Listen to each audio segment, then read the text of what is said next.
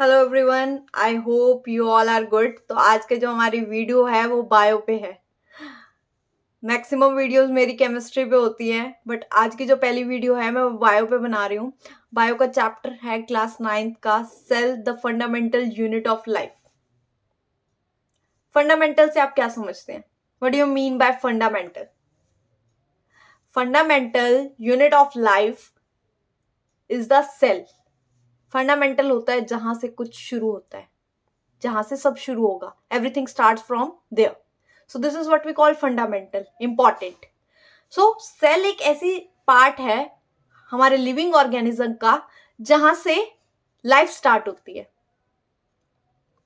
Gametes unite, male and female gametes unite to form the zygote.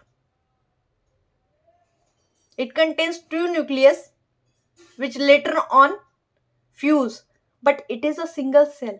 So life starts from a single cell. एक organism, एक living organism start किससे होता है? Cell से। Sales divide होते हैं, divide होते होते वो बढ़ते हैं एंड सेल्स यूनाइट होके फिर टिश्यूज, ऑर्गन सिस्टम बनाते हैं। तो हमारी लाइफ स्टार्ट कहाँ से हुई? एक सेल से। That's why we call it as the fundamental unit of life. It is the important part of our life. Without cell, a person cannot be living. Every living organism is made up of cell, and it is a fundamental unit of life because without cell a person cannot survive. अब हम इस chapter में discuss करने वाले हैं about the discovery, what are the components of a cell, plant और animal cell कैसे different है, प्लांट सेल के कंपोनेंट्स क्या क्या हैं, एनिमल सेल के कंपोनेंट्स क्या क्या हैं। सबसे पहले हमने डिस्कस करना है why cell is called as fundamental unit of life. So all living organism are made up of cell. हर ऑर्गेनिज्म सेल का बना हुआ है. कुछ ऑर्गेनिज्म ऐसे हैं जो सिर्फ एक सेल के बने हुए हैं, उनको हम बोलते हैं unicellular organism. Uni means one, cellular one cell.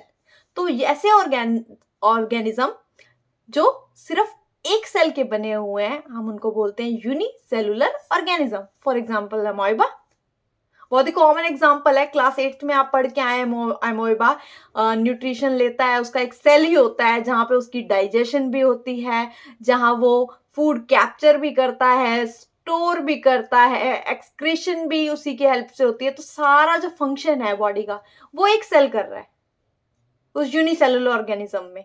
Cell performs all the function of our body. Cell एक फंडामेंटल यूनिट तो है ही है, जहां से हमारे टिश्यूज बनेंगे, बहुत सारे सेल डिवाइड होंगे. तो एक सेल से लाइफ स्टार्ट हुई. It is the fundamental unit of life. लेकिन cell performs the function of our body. Unicellular में वही एक सेल सारे फंक्शन परफॉर्म करेगा उस ऑर्गेनिज्म के, लेकिन मल्टी सेलुलर में बहुत सारे सेल्स होते हैं और हर सेल का अलग फंक्शन है. That's why we call it multicellular. Multi means many cells and this large cells have specialized function. हर सेल का अपना फंक्शन है, इसलिए हम उनको बोलते हैं multi cellular organism. And each cell perform the specific function. जिसका डाइजेशन में रोल है वो डाइजेस्टिव एरिया वाले सेल्स होंगे, जिसका स्किन पे जैसे एपिथेलियल सेल्स है, so they have the function of the skin only, they perform that particular function. तो यूनिसेलुलर ऑर्गेनिज्म और multi cellular depending on the number of cells in a body. सारे living organism cell के बने हुए हैं. जो भी लिविंग है वो सेल का बना हुआ है. कुछ ऑर्गेनिज्म एक सेल के बने हुए हैं, कुछ ऑर्गेनिज्म के बहुत सारे सेल्स हैं. So we call them unicellular and multicellular depending on the number of cells in their body. चाहे प्लांट्स हो, चाहे एनिमल्स हो, चाहे बैक्टीरिया हो, जो भी लिविंग है वो सारे किसके बने हुए हैं? सेल के बने हुए हैं. That's why we call cell as the fundamental unit of life. और आपको ये अच्छे से पता है, आप रिप्रोडक्शन वाला चैप्टर पढ़ के आए हैं कि our life starts from a single cell. उसके बाद वो सेल डिवाइड होते हैं 2, 4, 8 एंड इनटू मेनी. तो स्टार्ट कहां से हुई? Start from a single cell. और ये सेल्स हमारी बॉडी में फंक्शन परफॉर्म करते हैं। हर सेल का अलग फंक्शन है, they are specialise to perform a different function. कुछ सेल मिल जाते हैं, क्या बन जाते हैं, टिश्यूज। फिर tissues together form the organ. Organs मिलके क्या बनाती हैं, एक ऑर्गन सिस्टम। जैसे हमारा डाइजेस्टिव ट्रैक है, कैसे डाइजेशन हो रही है, डाइजेशन का फंक्शन हमारी बॉडी में हो कैसे रहा है। डाइजेशन के लिए कुछ डाइजेस्टिव एरिया वाले सेल्स हैं, वो यूनाइट हुए, इकट्ठे होके उन्होंने क्या बना लिया, एक टिश्यू। टिश्यू से क्या बनी, एक ऑर्गन बनी, स्टमक बना। स्टमक के अंदर बहुत सारे टिश्यूज है, या कोई भी है ऑर्गन डाइजेस्टिव ट्रैक की, pancreas, liver. So they are made up of cells and the cells are united to form tissue and then the organ liver. फिर वो liver, stomach and whatever digestive system में जितने भी organs हैं मिलके क्या बना, digestive system which is a organ system. और इससे पूरा organ system, बहुत सारे organ system है हमारी body में जिससे बनता है एक organism. We are an organism made up of different digestive neural system. हमारी बॉडी में क्या है, डाइजेस्टिव सिस्टम है, न्यूरल सिस्टम है, मस्कुलर सिस्टम है। तो ये सारे क्या है, अलग अलग फंक्शन है इनके। डाइजेस्टिव सिस्टम का काम है डाइजेशन करना। न्यूरल कोऑर्डिनेटेड जो सिस्टम है कोऑर्डिनेशन का, उसका क्या काम है, जो नर्वस सिस्टम है हमारा, उसका काम है कि इंपल्सेस को, सिग्नल्स को ब्रेन तक पहुंचाना। This is the function of the brain. So this is how our different systems, organ system function in our body and together we form organism. अलग अलग फंक्शन परफॉर्म करने के लिए अलग अलग ऑर्गन सिस्टम है। और ऑर्गन सिस्टम बने किसके हैं, सेल, सेल मिले और बने टिश्यू, टिश्यू से ऑर्गन, ऑर्गन से ऑर्गन सिस्टम। तो सबसे पहले स्टार्ट कहां से हुआ, सेल से। तभी हम कहते हैं cell is the fundamental unit of life. दो तरह के ऑर्गेनिज्म है, यूनिसेलुलर, मल्टीसेलुलर। यूनिसेलुलर में एक ही सेल सारे फंक्शन परफॉर्म करेगा। Multicellular just like we, made up of large number of cells. हर सेल का अलग फंक्शन है। कुछ सेल मिलके टिश्यू बनाते हैं और टिश्यू से वो क्या करेंगे, ऑर्गन बनेगी। और ऑर्गन सिस्टम जैसे डाइजेस्टिव सिस्टम में कुछ ऑर्गन्स है, stomach, liver, pancreas, small intestine, large intestine, that the buccal cavity, उसके बाद वो फूड पाइप, सो रेक्टम, एनस, ये सारे क्या है, ये डाइजेस्टिव सिस्टम का पार्ट है। Digestive system means organ system, ये एक डाइजेशन कर रहे हैं। तो सेल ही तो थे जो मिले और टिश्यू बना, टिश्यू से ऑर्गन बना, ऑर्गन से ऑर्गन सिस्टम बना। Without cell the tissues can not be form. Tissue क्या है, tissue is a group of cells having a common origin and a common function. Origin भी उनकी सेम हो और फंक्शन भी वो सेम परफॉर्म कर रहे हो, तभी वो टिश्यू बनेंगे। फिर टिश्यू से ऑर्गन, ऑर्गन से organ system. Cell is the fundamental unit of life. अब दो तरह के सेल कहते हैं, प्रोकैरियोटिक एंड यूकैरियोटिक। प्रोकैरियोटिक वो होते हैं जिसमें न्यूक्लियर मेम्ब्रेन नहीं है, न्यूक्लियस वेल डिफाइंड नहीं है, उसको हम न्यूक्लियन भी कह देते हैं। उसमें न्यूक्लियर मेम्ब्रेन प्रॉपर्ली नहीं होती, सेल का न्यूक्लियस प्रोमिनेंट नहीं होता, and we call them prokaryotic organism. Eukaryotic well defined nucleus, nuclear membrane properly visible होती है सेल में, तो उसको हम बोल देते हैं यूकैरियोटिक। प्रोकैरियोटिक मोस्टली बैक्टीरियाज में होता है, उसके न्यूक्लियोइड बोलते हैं हम न्यूक्लियस को, न्यूक्लियन नहीं, nucleoid. So there are two types of prokaryotic and eukaryotic cells.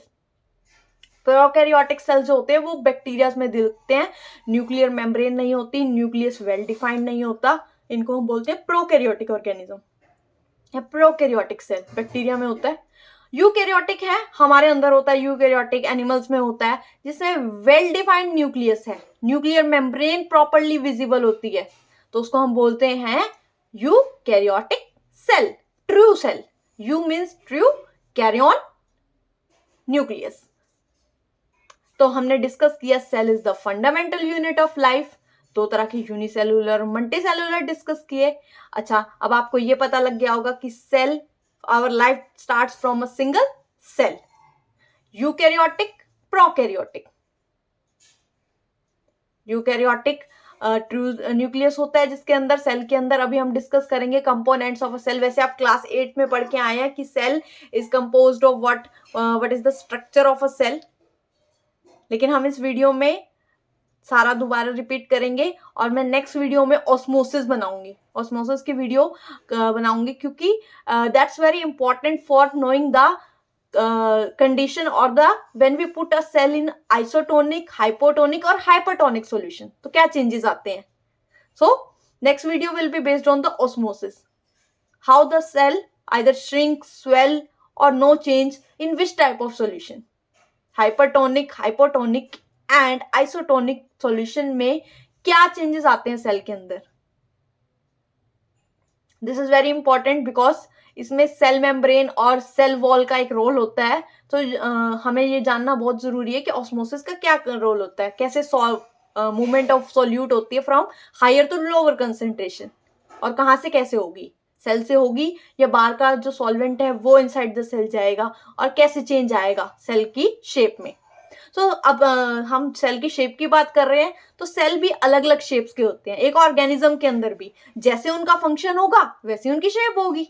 जैसे nerve cells are long, dendrites होते हैं, उसके अंदर एक्सॉन होता है. क्यों होता है? They are long. उनका काम क्या है? न्यूरल सेल का, जो नर्व सेल्स हैं उनका काम है कि फास्टली इंपल्सेस को ट्रांसमिट करना एक जगह से दूसरी जगह. They are long and they contain the signals at a very faster rate, and they have a large connecting body, so they can reach the impulses to the different parts at a very fast rate. Red blood cells, biconcave. So different cells in our body also have different shapes. Red blood cells are red due to the presence of hemoglobin, and nerve cells are long, slender. So this is the different shapes which we will be discussing in the chapter. Chapter start होता है, उसमें सबसे पहले बताया जाता है fundamental unit of cell, और आपको एक एक्टिविटी शोन होती है अनियन की, कि अनियन पील में आप देख सकते हो. अनियन पील में आप अगर उसको माइक्रोस्कोप के नीचे रखें तो आपको एक लेयर दिखेगी, वो सेल्स होते हैं. उसकी स्टेनिंग करते हैं हम माइक्रोस्कोप में देखने से पहले, तो आपको स्टेन करने पे विजिबल होते हैं cells and with nucleus. Cell fundamental unit of life क्यों है, ये आपके साथ मैंने डिस्कस कर लिया. उसके बाद उस चैप्टर में बताया गया about the discovery of cell. किसने की थी discovery of cell? Robert Hooke ने 1665 में. कैसे की थी? उस टाइम प्रिमिटिव माइक्रोस्कोप्स थे, कंपाउंड माइक्रोस्कोप्स नहीं थे, और प्रिमिटिव माइक्रोस्कोप्स थे. उन्होंने लिया कॉर्क. कॉर्क क्या होती है? खाल, पेड़ की खाल, जो बार ब्राउन कलर्ड पार्ट होता है, वो उन्होंने लिया. उसको स्टेनिंग जो भी उस टाइम अवेलेबल था, उन्होंने उसको प्रिमिटिव माइक्रोस्कोप के नीचे देखा. प्रिमिटिव माइक्रोस्कोप के नीचे देखा तो उनको हनीकॉम जैसा स्ट्रक्चर दिखा. किसका स्ट्रक्चर दिखा? हनीकॉम का. हनीकॉम इज हनीकॉम हम कहते हैं उसको मधुमक्खी का छत्ता. सो हनीकॉम का यूज किया एंड हनीकॉम का दिखा उनको स्ट्रक्चर. तो उन्होंने देखा कि उनको सेल बिल्कुल खाली दिखे. क्यों दिखे? अब इसका रीजन ये है कि कॉर्क जो होता है वो डेड होता है, dead part of a plant, and it does not have anything inside it, so it was appear to be totally empty. But later on another scientist Leeuwenhoek in 16 few years later, so what he found that inside the cell there are certain fluid present, and he discovered the first fresh living cell which is found in the ponds. So this is how Leeuwenhoek discovered the free living freshwater living cell in a pond. पहले जो discovery की Robert Hooke ने, उन्होंने देखा एक dead cell को, cork लिया था उन्होंने, उसको देखा वो एम्प्टी दिखे क्योंकि उसके अंदर कुछ भी प्रेजेंट नहीं था. डेड सेल और लिविंग सेल में यही फर्क है, डेड सेल में साइटोप्लाज्म प्रेजेंट नहीं है, कोई भी कंपोनेंट प्रेजेंट नहीं है.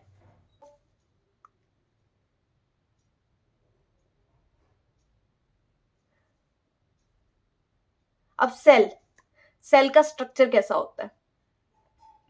सेल की एक आउटर बाउंड्री होती है जिसको हम सेल मेम्ब्रेन कहते हैं.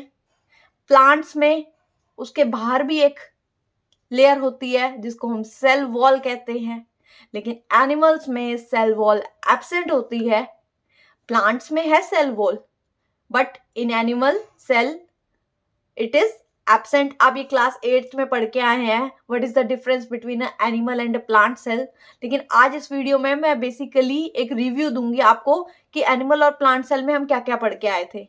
एनिमल सेल में सेल मेम्ब्रेन होती है लेकिन सेल वॉल नहीं होती, जबकि प्लांट सेल में सेल वॉल होती है, सेल मेम्ब्रेन होती है। उसके बाद आपको पता है एक फ्लूइड फील्ड होता है दोनों में, एनिमल में भी और प्लांट में भी। उस फ्लूइड को हम क्या कहते हैं? साइटोप्लाज्म।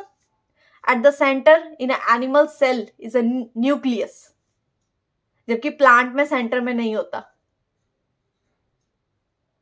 प्लांट में इट इज डाउनवर्ड्स। क्यों होता है नीचे? प्लांट्स में वैक्यूल प्रेजेंट होते हैं, क्लोरोप्लास्ट होता है प्लांट्स में।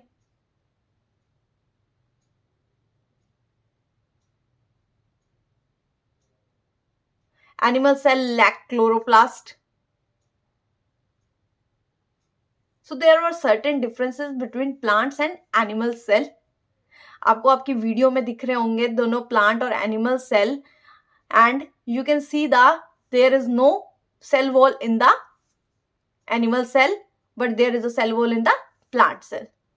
तो इस चैप्टर में आगे हम पढ़ेंगे अबाउट द ऑर्गेनल। उससे पहले है ओस्मोसिस। ओस्मोसिस एक बहुत ही इंपॉर्टेंट टॉपिक है और उसकी डिस्कशन बहुत ही जरूरी है चैप्टर में। नेक्स्ट वीडियो जो मैं बनाऊंगी मैं ओस्मोसिस पे ही बनाऊंगी और आपको बताऊंगी कि कैसे कैसे वाटर की मूवमेंट, सॉल्वेंट की मूवमेंट होती है from high concentration to low concentration zone, and इसको ऑस्मोसिस कहाँ फास्ट होती है और कैसे होती है। डिफ्यूजन पे मैंने पहले ही एक वीडियो बनाई हुई है, तो अगर आपको डिफ्यूजन जानना है कि डिफ्यूजन क्या होता है तो आप डिफ्यूजन के लिए वो वीडियो देख सकते हैं। सेल में ऑस्मोसिस का बहुत ही इंपॉर्टेंट रोल है कि हम किसी सेल को अगर हाइपरटोनिक, हाइपोटोनिक या आइसोटोनिक सॉल्यूशन में रखते हैं तो क्या चेंजेस आते हैं। तो osmosis is a very important part और मैं इसके लिए जरूर एक वीडियो बनाऊंगी। I will surely make a video on it. And इसके बाद है सेल। पहले हमने डिस्कस कर लिया इट इज द फंडामेंटल। अब हमने बताया कि प्लांट और एनिमल सेल के बीच में क्या डिफरेंसेस हैं। Plant cell, it is made up of chloroplast. It has green pigments containing the chloroplast. It has a nucleus which is present downwards or sideways, not at the center. जबकि animal cell में centre में होता है और animal cell में cell membrane नहीं present होती। Plant cell में सेल वॉल प्रेजेंट होती है। और there are certain more differences. कुछ ऐसे ऑर्गेनल्स हैं जो एनिमल सेल में प्रेजेंट नहीं है, प्लांट सेल में है, and we have learn this in class 8th। अब हम इस बार इस चैप्टर में हम पढ़ने वाले हैं endoplasmic reticulum. Cell wall, cell wall किसकी बनी होती है? Cellulose and pectin. Normally the plant cell wall is made up of cellulose. Cell membrane जो है वो पोरस है, उसके अंदर, सो दैट द थिंग्स और nutrients can come inside a cell, so it act as a passage for the transport of nutrients from outside to the inside. But cell wall is rigid. Cell wall जो है वो rigid है।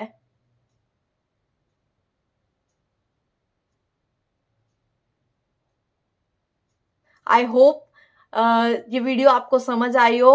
इस video में just हमने एक basic जाना है कि क्या है इस चैप्टर में। नेक्स्ट वीडियो में मैं osmosis पढ़ाऊंगी। And if you like my video, please subscribe my channel. Thank you.